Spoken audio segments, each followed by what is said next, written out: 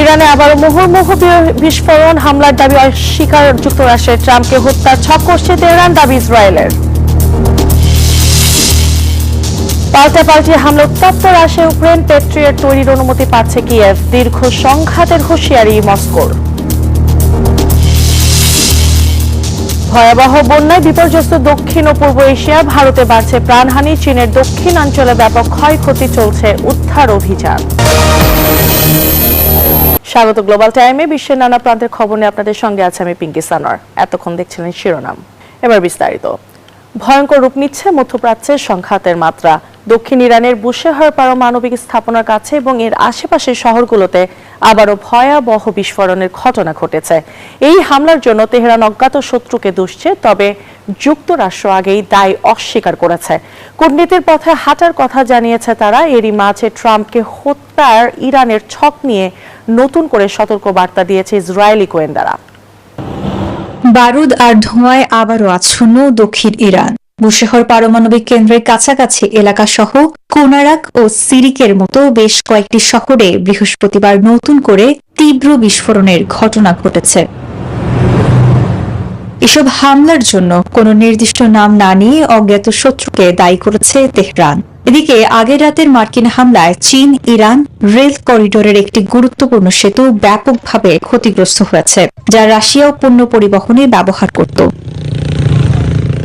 তবে সবশেষ এই হামলার দায় পুরোপুরি অস্বীকার করেছে যুক্তরাষ্ট্র। মার্কিন প্রশাসনের দাবি, তারা এখনও কূটনৈতিক সমাধানের পথেই হাঁটতে চান। এসব সামরিক উত্তেজনার মধ্যেই ওয়াল স্ট্রিট জার্নাল নতুন করে আগুনে ঘি ঢেলেছে। ইরান গোপনে মার্কিন প্রেসিডেন্ট ডোনাল্ড ট্রাম্পকে হত্যার ছক কষছে, এমন তথ্য মার্কিনীদের দিয়েছে ইসরায়েলের গোয়েন্দারা। প্রতিবেদনে এমনটাই জানিয়েছে এই গণমাধ্যমটি। Desk report, news 24। গত 28 ফেব্রুয়ারি যুক্তরাষ্ট্র ইসরায়েলের বিমান হামলায় নিহত হন ইরানের সর্বোচ্চ নেতা আয়াতুল্লাহ আলী খামেনি। এক সপ্তাহের শোক ও শ্রদ্ধা নিবেদন শেষে মাশহাদ শহরের ইমাম রেজা মাজারে তাকে সমাহিত করা হয়েছে। প্রিয় নেতার মৃত্যুতে পুরো ইরানের শোকের ছায়া নেমে এসেছে। শোকাহত ইরানিরা প্রিয় নেতা হারানোর এই বিশাল শূন্যতার মাঝেই এখন প্রবলভাবে খুঁজছেন চরম প্রতিশোধের একমাত্র সান্ত্বনা।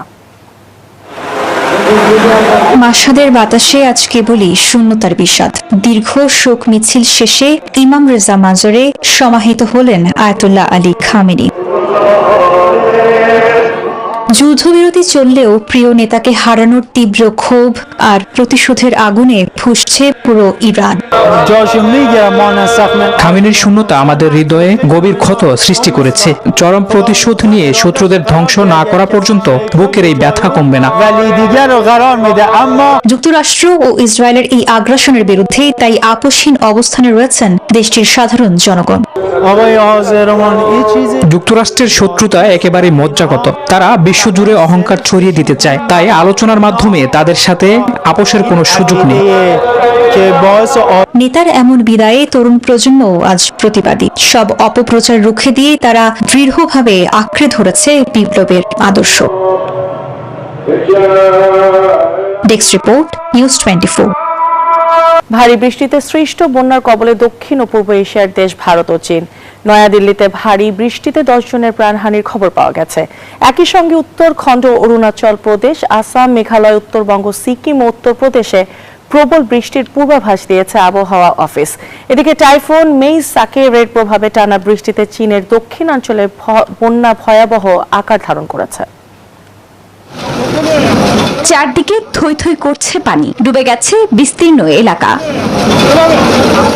টাইফুন মেইসাকের প্রভাবে টানা বৃষ্টিতে ভয়াবহ বন্যার কবলে পড়েছে চীনের দক্ষিণাঞ্চল। এর মধ্যে গুয়াংজির গুইগ্যাং শহর তলিয়ে গেছে। এতে প্রাণ গেছে বহু মানুষের। এখনো নিখোঁজ প্রায় 9 জন, যাদের উদ্ধারে অভিযান চালাচ্ছে উদ্ধার কর্মীরা। এমনকি ঘর বাড়িতে আটকা পড়াদের খুঁজতে ব্যবহার করা হচ্ছে ড্রোন।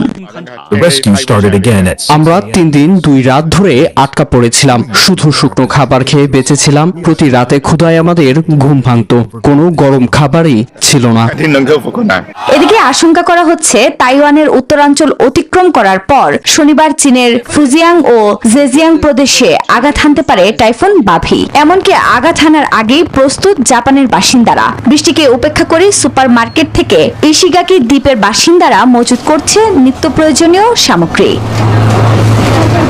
অন্যদিকে বৃষ্টির কবলে ভারতের রাজধানী নয়াদিল্লিও বেশ কয়েকজনের প্রাণহানির খবর পাওয়া গেছে। এর মধ্যেই আগামী 3 থেকে 4 দিন দিল্লি, অরুণাচল প্রদেশ, আসাম, মেঘালয়, উত্তরবঙ্গ, সিকিম ও উত্তরপ্রদেশে প্রবল বৃষ্টির পূর্বাভাস দিয়েছে আবহাওয়া অফিস। উত্তরাখণ্ডে অতি ভারী বৃষ্টির পূর্বাভাস দিয়ে রেড অ্যালার্ট জারি করেছে আবহাওয়া দফতর। মহারাষ্ট্র ও ত্রিপুরায় দেখা দিয়েছে বন্যা। আফরিন মৌ, নিউজ 24।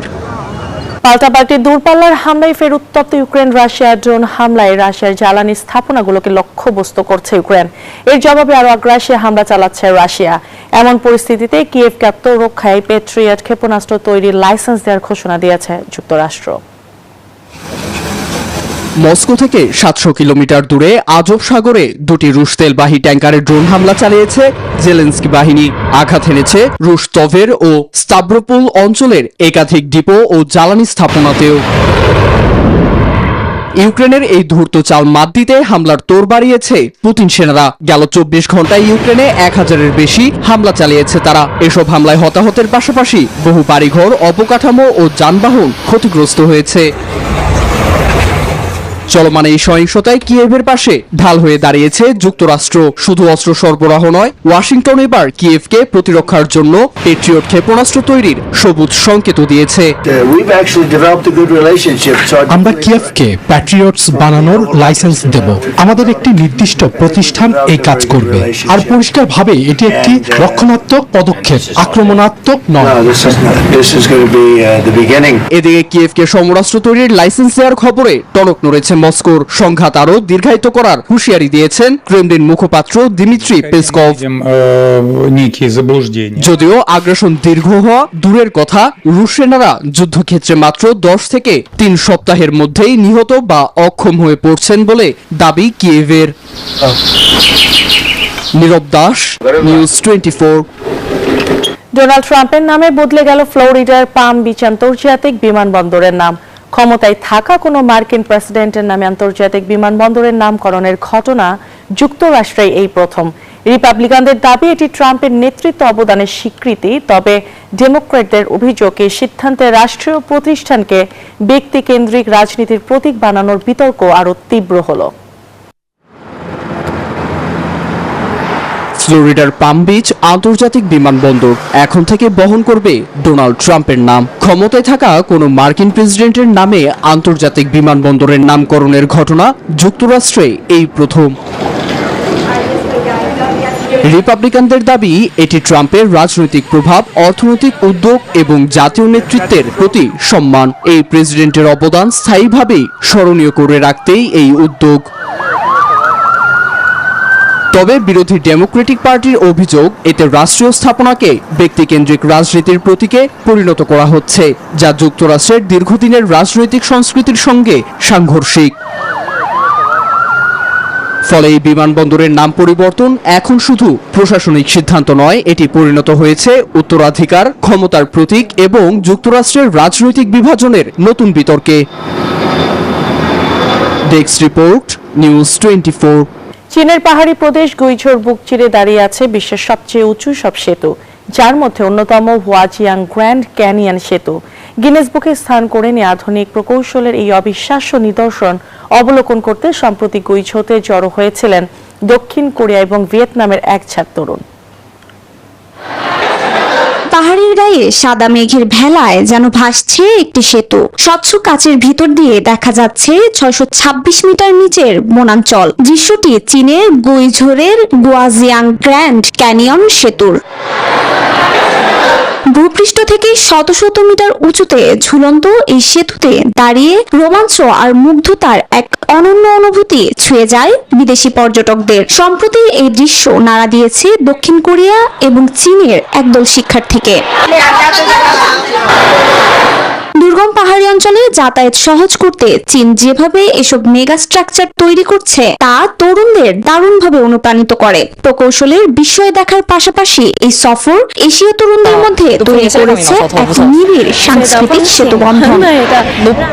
এই সেতুটি অনেক দীর্ঘ এবং আমি শুনেছি এটি নাকি আইফেল টাওয়ারের চাইতেও উঁচু। এটি আমাকে বিস্মিত করেছে।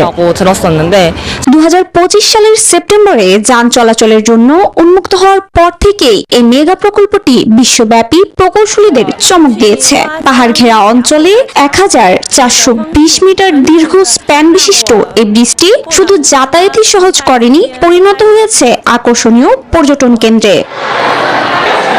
চৈতি রয়, নিউজ 24। আর এই ছিল গ্লোবাল টাইমের এখনকার মতো আয়োজন। এতক্ষণ সাথে থাকার জন্য ধন্যবাদ।